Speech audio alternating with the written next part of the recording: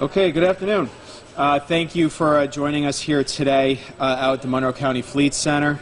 With me, as I always have with me, is a County Public Health Commissioner, Dr. Michael Mendoza. I'm also pleased to welcome the Rush Henrietta School District Superintendent and President of the Monroe County Council of Superintendents, Bo Wright, as well as several of my key colleagues in local government, including Mayor-elect Malik Evans, who you'll hear from in just a moment, and Henrietta Town Supervisor Steve Schultz. This is a very important day in Monroe County and another milestone in our fight against COVID-19. What we're doing here and what few municipalities have done across this whole country to quell the spread of COVID-19, we are providing free rapid test kits to our residents. As previously announced, Monroe County purchased 750,000 rapid test kits. These test kits were in high demand and hard to come by, but we secured their purchase and paid for it with federal CARES Act dollars, $7.25 million that the county received thanks to efforts of Congressman Joe Morelli, Senator Charles Schumer, and Senator Kirsten Gillibrand.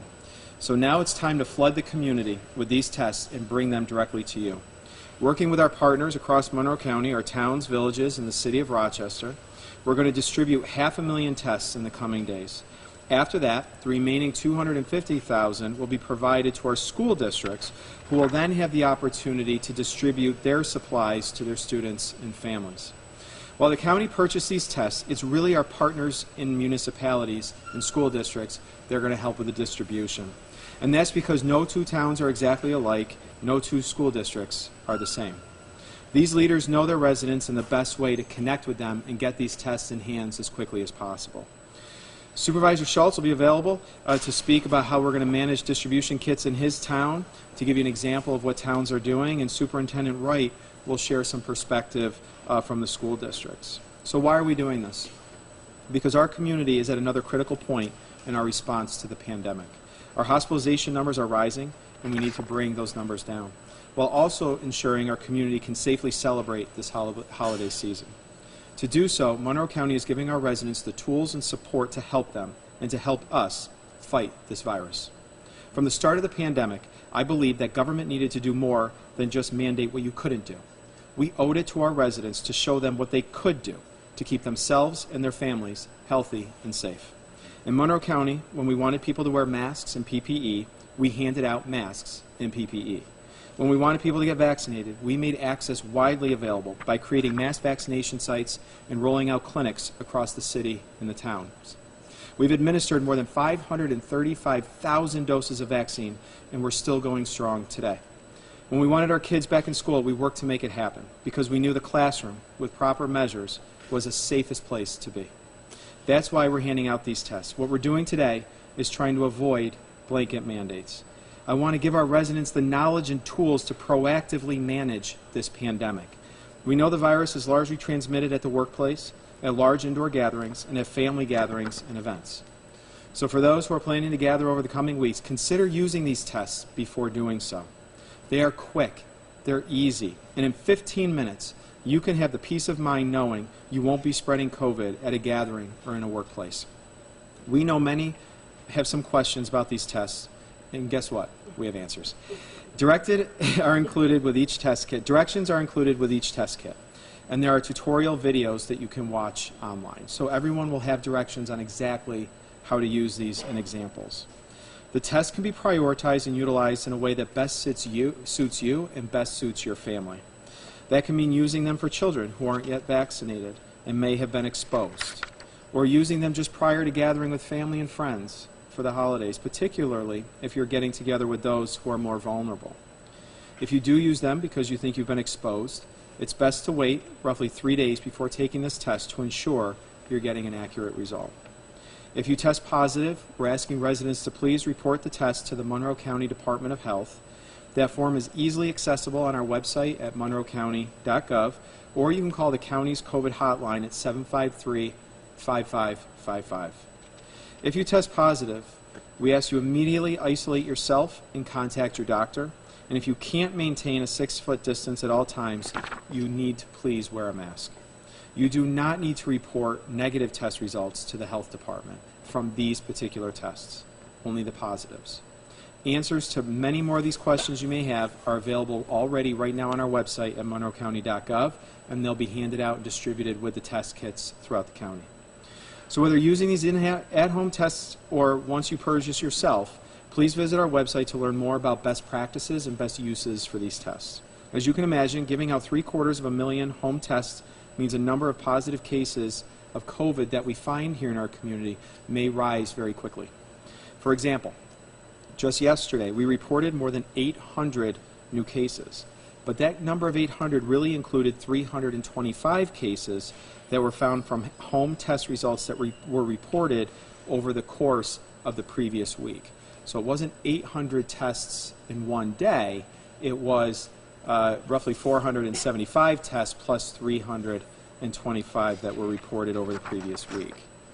So I'm confident that these tests will help present a clearer picture of COVID's presence in the county, but we need to put those numbers into context.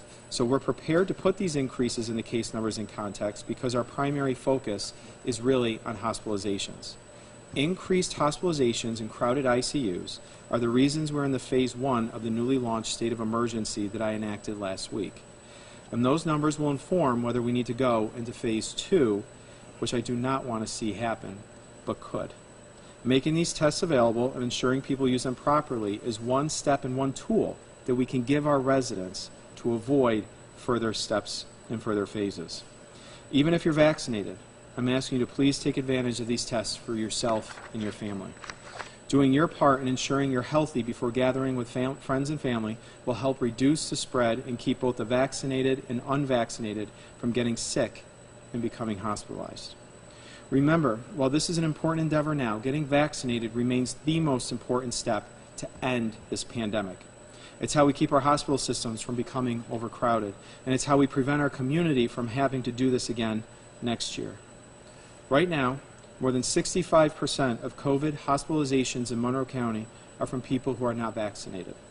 80% of COVID patients who are in our local ICUs are not vaccinated. 82% of our local COVID patients who are on ventilators are not vaccinated. The vaccine has long been proven safe. It's long been proven effective. And those numbers I told you are proof enough. This vaccine works. But for now, we're going to also continue to test. We're going to wear masks, and we're going to take steps to keep our community healthy. So if you're not feeling well, again, I urge you to please don't go to work or go to that holiday gathering. If you're not vaccinated, please do so immediately. If you are vaccinated, I encourage you to get the booster and to keep yourself protected against potentially severe health effects of COVID. And now, we're adding to that list, get a test. Whether it's one of these rapid tests or by going to a county-run rapid testing sites, which we've expanded again over the last several weeks. And before I hand this over to my friend Mayor-elect Malik Evans, I have one other announcement to make. Thanks to additional clinical staff sent to Monroe County this week by New York State and in partnership with the governor, we're able to add over 1,500 vaccine appointment slots this week and going forward every week. All of our vaccine sites have additional appointments available. They're all accepting walk-ins, and so I need you to please go get a vaccine, please get your booster shot, and I want to thank the governor and the state of New York for providing that additional vaccination support so that we can dramatically increase our vaccine efforts yet again in this community this weekend and next, so that no resident in Monroe County has to wait to get a vaccine, that they're readily available, tests are readily available, and I encourage you to continue to wear your masks when you cannot distance by 6 feet. So with that, I'm going to turn this over to Mayor-elect Malik Evans, who's been working with the city of Rochester and their efforts on how they're going to distribute these rapid test kits, why this is important for residents in our community to accept these test kits, use these test kits, and to keep their family safe this holiday season. Thank you.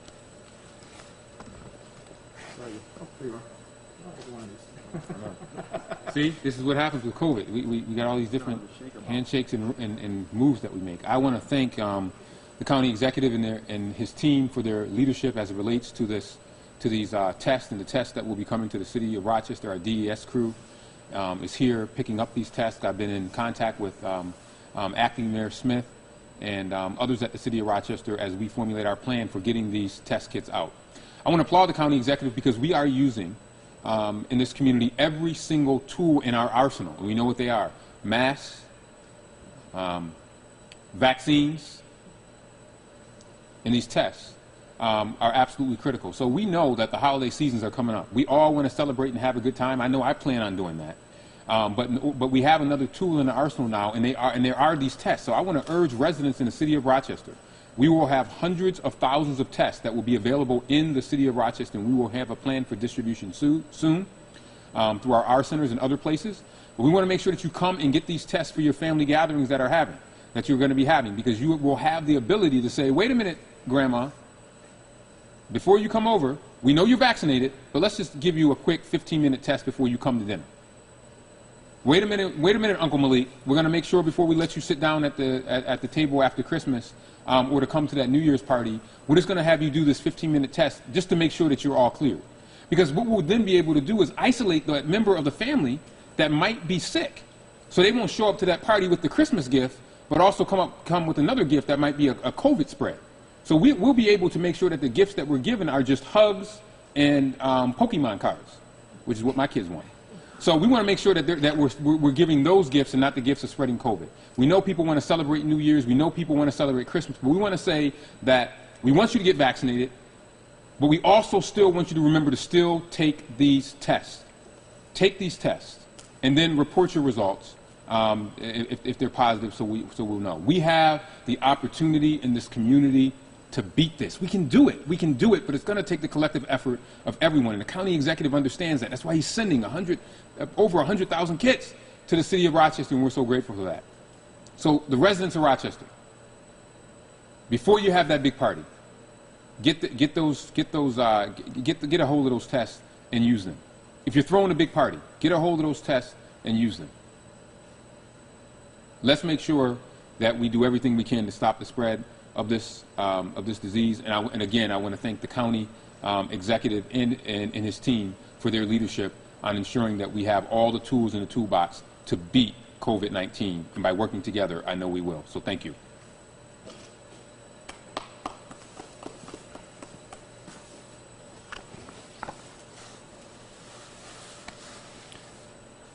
Thank you, County Executive Bello, Mayor-elect Malik Evans, Superintendent Wright, and Supervisor Schultz.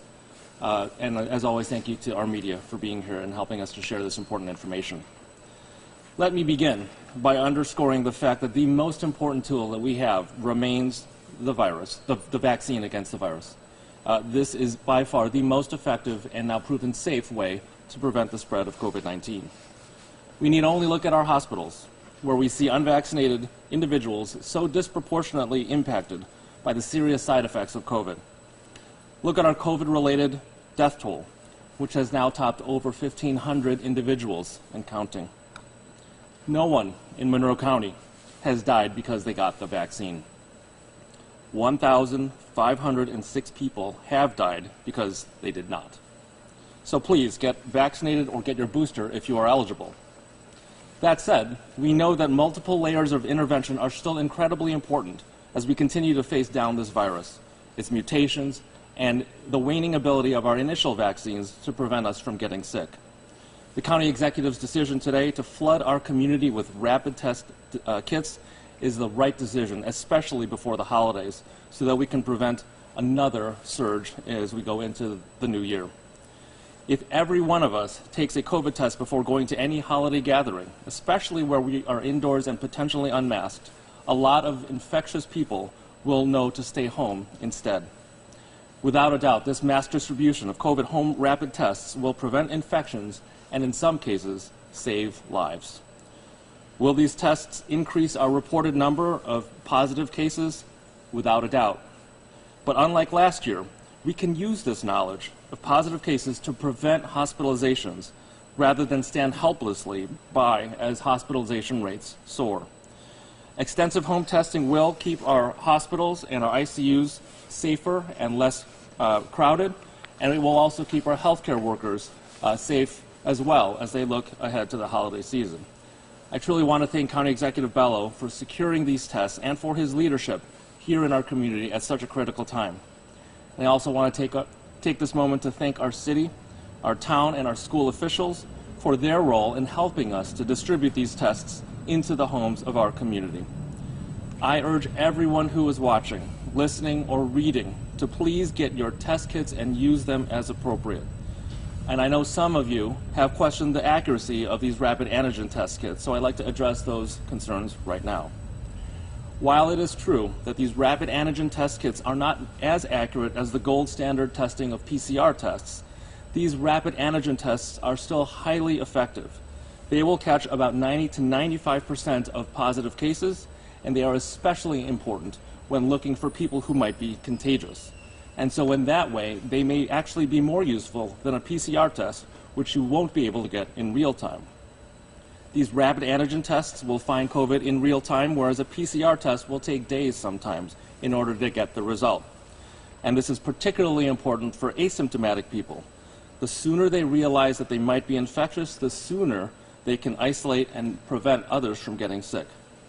There is tremendous value in rapid antigen test kits, especially if done by an entire community.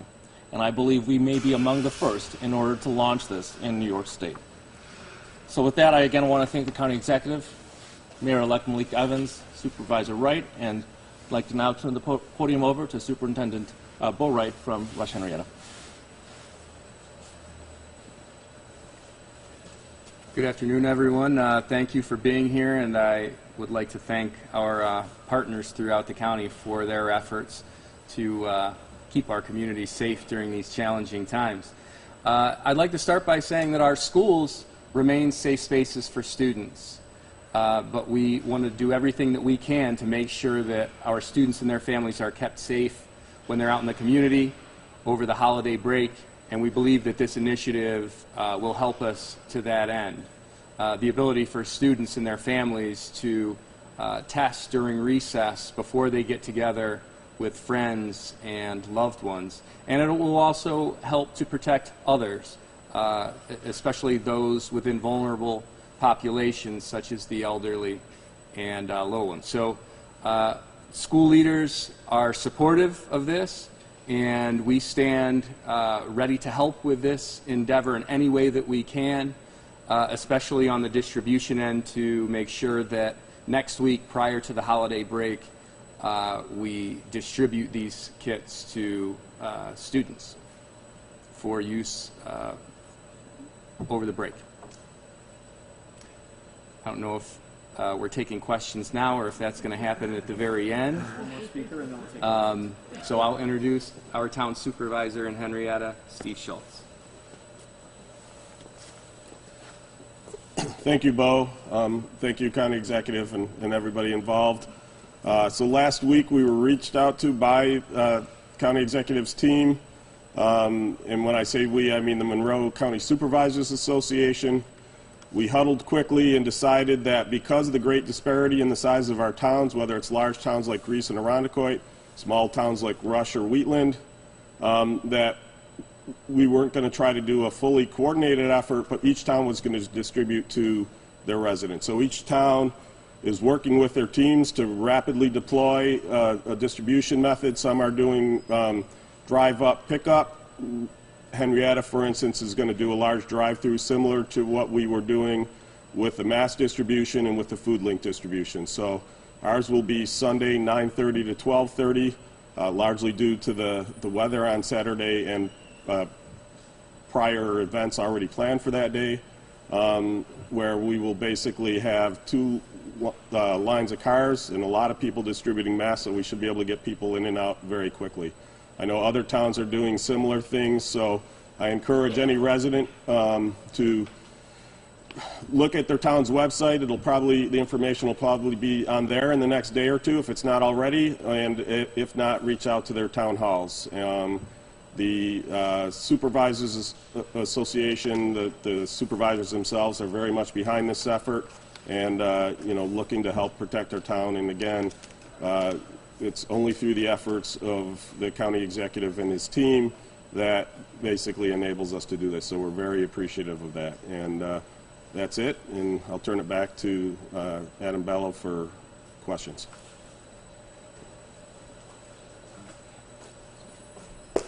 All right, great. Thank you, Supervisor. Thank you to all our partners here behind us. No one entity can do this by themselves. This is a large county, a large community, and this is an awful lot of these test kits. We have 750,000 tests that we have to distribute. No one's ever done anything like this before. It's the first time anyone's ever had to do something like this and this massive a distribution effort across our community. So I ask the public to also be patient with us, be patient with our municipal partners as we get these out. With the real goal is by Christmas, the goal is to really flood the system, so to speak, with tests, to get these in everybody's hand so that there is no barrier in this community to testing, there's no barrier in this community to vaccination. So with that, any of us up here can take any questions the media might have. Start if you don't mind, and I hate to start with a Debbie Downer type question, but To me? for Okay. you and both Dr. Mendoza, because he brought it up. Okay. Accuracy of these rapid tests. Sure. We know that they can give a false positive 40 to 50, they can give a false positive 40 to 50% of the time. I'm sorry, I said that wrong. False negative. False Okay. negative 40 to 50% of the time, which I guess leads most people to say, are we putting too much stake in this effort? Too much faith in these tests to tell us that we don't have COVID? Okay, so I'm going to let Dr. Mendoza talk about the accuracy of the test and the medical benefits of the test. I'm going to say this. You can't have too much testing. You can't put too much stake in testing. This is how we got our numbers down last year. How we saved lives was through testing. And it seems to me that when you have the availability of something like this that you could put in the hands of every resident in your community to find out whether or not they're symptomatic, or I'm sorry, whether or not they're contagious, and to get these in their hands, you have a responsibility to do so. You see this debate all across the country, really, about how this is one piece of fighting this pandemic that should have been done quicker, should have been done sooner across the country. And I'm grateful that for our team to be able to secure these. But we really need our residents. I'm going to turn over to Dr. Mendoza, but I have one more thought on this. We're under a state of emergency right now. We are in a state of emergency. This virus is impacting hundreds and hundreds of families every day, thousands of families. We've lost over 1,500 people in our community.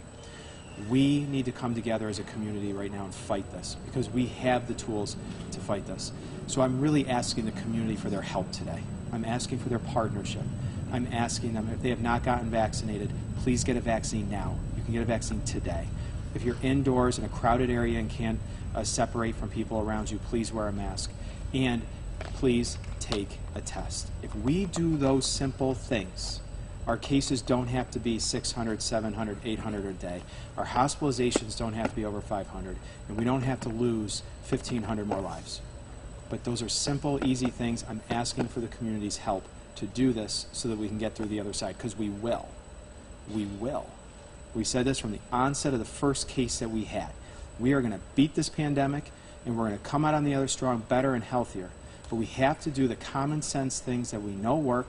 You don't need to wait for the government to tell you to do it. So I know there's a lot of debates out there about mandates and all this and that.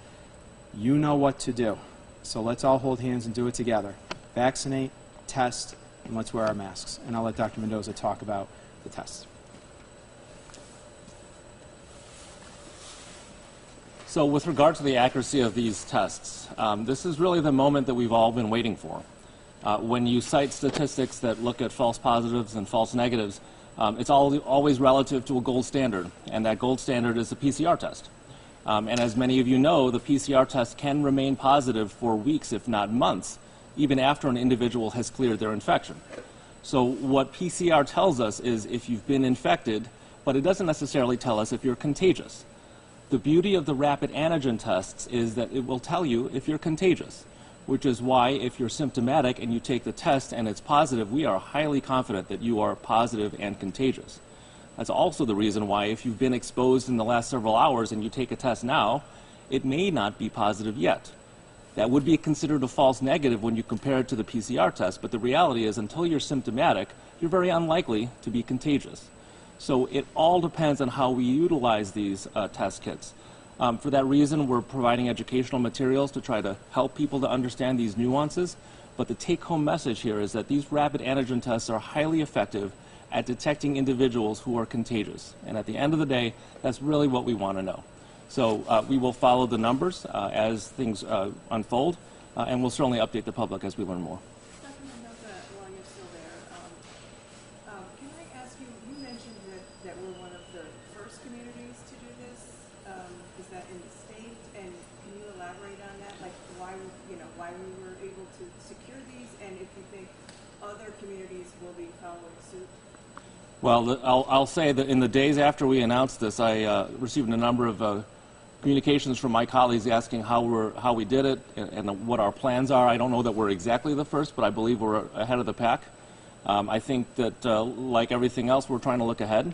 You know, as we look ahead to the impact that Omicron may have on this community, we anticipate that we may see more cases, but milder cases. And I think testing will be very important when we're looking at how do we navigate that situation. So I'm looking ahead now. I'm not stopping at 750,000 tests. If we can secure more, we will do that. So we're just looking ahead, trying to anticipate where things will go, following the science and data as we have all along. You mentioned Omicron. That was going to be another question for you. Mm-hmm. How are we watching for that here? When we get all these test results, are we checking for that, and how's that process coming along? So unfortunately, you cannot do genetic sequencing off of these types of swabs. So we're going to rely on laboratories, both at the U of R and at Rochester Regional, along with the State Public Health Lab at Wadsworth, in conjunction with the CDC. So we'll be following those surveillance data very closely, but I think we're very fortunate here in the county to have local partners who are also doing it on the ground. If you don't want people to report negative test results, how do you have a fair positivity rate? Well, the reality is that the positivity rate will change. The way we interpret it will have to change. We will not hear about the negative home tests, and that's fine. But what might happen is that the people that come to the labs or to the county sites may be a different demographic. So we're going to have to follow those numbers very closely. It's hard to say right now which way things will go. But at the end of the day, I would much rather know than not know and find ways to explain as best we can. But we certainly can't improve what we can't measure. And if we don't test, we're really just driving in the dark.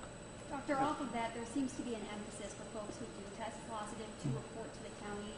In days like yesterday where we see a figure of 800 cases that includes these at-home tests, I mean, why is it so crucial that people that pick up these at-home kits do report?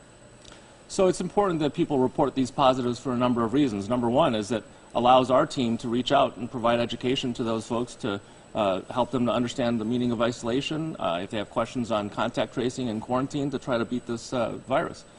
The other important reason is that for those individuals who would like to have documentation for school or for an employer, they won't be able to get that from the county unless we have record of a positive test. So we're asking people to be truthful and report their results so that we can work with them and their employers to get them back to work or school. Would they need to get another official test beyond this test if they're positive with home kit? So for a positive test, we'll believe the positive test. Certainly if somebody would like to repeat that with a lab-based test, they're certainly allowed or encouraged to do so. But the reality is if you're symptomatic and you have a positive test, that really ought to be positive. The only time when we would consider reversing a home positive is if somebody's asymptomatic and they have a positive PCR within 24 hours. So that would be when we would reverse a negative test. But in general, a positive test when you're symptomatic is a positive test. Can I ask you for our reporters statewide, sorry you guys, but in regards to test to stay, I'm sure this will play a role in that. Can you just update us on how that's going? And again, that we are one of the first, if not the first, in the area doing test to stay, and they're starting that in Grand Island, and how that's going, and do you anticipate now other areas following suit? So again, a reminder that test to stay applies to unvaccinated people who are quarantined. We have invited all of our schools in the county to participate in test to stay if they would like. The principle here is that you can test on every day that you would be coming to school, and if you have a negative test, then you'd be cleared to participate in classroom activities. I'll let Superintendent Wright comment on how things are going, but in my last meeting with the superintendents yesterday, progress is being made. I think the schools are, in general, finding it to be useful. But again, I want to emphasize that the more people that we get vaccinated, the less we'll need test to stay. Would you recommend other communities follow suit? I think it really is a local decision. I think it really depends on the appetite of the school districts, their parents, and their community as to whether the test to stay approach makes sense for them. But in conversations with our school leaders here, we decided universally that it would make sense to do it in Monroe County. Bo, could you talk a little bit about what your plan is for the test? Are you going to send them home with kids in the backpack? Are you going to have parents come and pick them up with their kids? What are most schools looking at as far as distribution? Yeah, I think you will see some differences district to district. I think school districts are in the process of making final decisions around that. I think you'll see some districts that backpack them home. I think you'll see others that sort of have a single point of pickup. And I think that you'll see other districts that do parent pickup school by school. So I think you'll definitely see some variation there. But like I said, you know, teachers, administrators, staff members in schools have stepped up since the very beginning of the pandemic. We're willing to continue to step up, and this is something that we think is important. So we'll do everything we can to help with the distribution one way or another so that those kits get into the hands of students and families prior to the break. And I don't know if you want me to speak to the test to stay while I'm up here. I'll say this. I think, you know, I've said it when asked before, I think it's really been a game changer for school districts in helping to keep healthy students who are potentially exposed in school. And I'll give you an example from Rush Henrietta.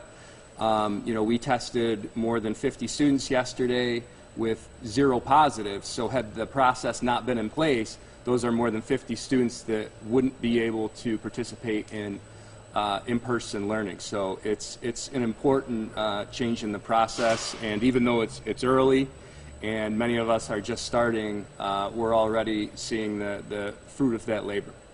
Thank you. Mayor-elect Evans, do you have a plan for the city of Rochester? I mean, that area of the Monroe County is the most underserved population, and I know they're ready to get these free tests. Yeah, we have work to do. We will be announcing probably within the next couple of days our plan for distribution. Obviously, we want to get as many of these test kits out.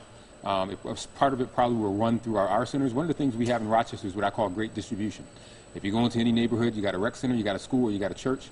So we will figure out the best distribution method, but our goal is to, within the next couple of days, have a plan that we will announce to the community on how we're going to get all these tests out.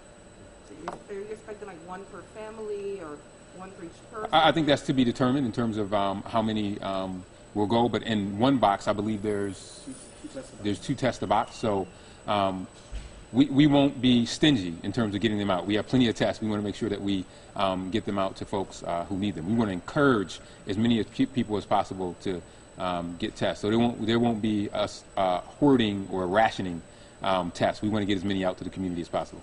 Mayor, like the City of Rochester School District is the only one not participating in Test to Stay. The district says they don't have the nursing resources and there could be transportation issues.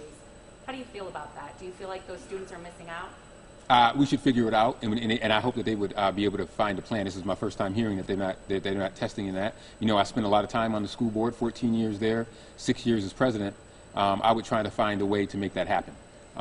There should not be inequity between what suburban schools are doing in the city, and I hope that they can find a way to make that happen, and I'm sure the county as well as the city would be willing to work with them to try to come up with some type of plan. But I'll give you my last disclaimer. As you know, the city of Rochester does not control the schools. We hope to influence the schools, and like I said, I'm sure the county executive and myself would be willing to give them any technical resources or things that they could do. They do have ARPA dollars, so perhaps they can look at that for funds. They're getting a pretty sizable amount there, so I would encourage them to try to do everything that they can, especially as it relates to what the suburban districts are doing. Hopefully we can mirror that in our city. We don't want our students in the city missing out. County Executive, can you clarify how these tests are distributed, like the number? Like how do you know how many is going to which town? Can you clarify your calculations? Sure, yep. The calculations right now, they're done by population. So there's 750,000 tests. 500,000 can be distributed through our municipal partners, community-based organizations. 250,000 have to be earmarked towards a school response in school-age children and families that have school-age children. So that's why. So for the 500,000, which is really 250,000 boxes, right? So it's but it's 500,000 tests. Will be run through our distribution partners, which are the municipalities, city school district. I'm sorry, the city of Rochester and the municipalities. The other 250,000 will be run through the school districts for distribution. So it's done by population. Okay, so it'll be by pupil population and by raw population for the towns in the city. I want to ask, knowing that it varies from community to community, will this weekend be sort of a rush weekend, so to speak, with the demand that I anticipate so. I anticipate that there will be I anticipate there'll be high demand this weekend. Yes, that's a great question, and I also don't think this is going to be over this weekend. So that's why I said the community does need to be patient with us. I know there's going to be a very high demand right away for these tests because these aren't cheap, right? To go purchase yourself on your own. Most towns that I know are starting their distributions this weekend for their residents. The city of Rochester will have its plans and be spread out throughout the city. I can't imagine it's a one-day and done, though. So I would encourage all the partners, and we'll step in where we can to help, to continue the effort until all the test kits are out. I really want to, the goal here is to flood the system with tests between now and Christmas. This is unique too. We're paving the way here in Monroe County because the rule book isn't written on how to do something like this, because we're probably one of the first, if not the first, community across the country to do something of this scale. And I thank my team and give them a lot of credit. I want to thank the supervisors, the mayor-elect, the mayor of the city of Rochester. All our school superintendents, not one hesitated and said no. Everybody stood up and said, yes, this is exactly what we need. Thank you for doing this and securing them. It's going to take a community to get these out. But there is no real rule book, just like from the beginning of the pandemic, right? Everything we've done here, we've had to figure it out, right? This has never happened here before. But guess what? We figured it out. That's the good news. So we're going to lead the way, one of the first in the country to do this. And I have every faith and confidence it's going to be successful. Is there a time frame that you recommend that people take these tests, like 2 days before the gathering, right before, a week before? So within 24 hours of gathering really is when it makes the most sense. But you have to look at that with a little bit of a grain of salt. If you're at home, not really around too many other people, and you're not going to encounter anybody between that point you take the test and the gathering, well, then there's nothing new that would be added in waiting. So those are the kinds of nuances that we want to provide education about to the public. But again, we're going to try to educate the people, the public, and we'll have FAQ documents available for people to peruse.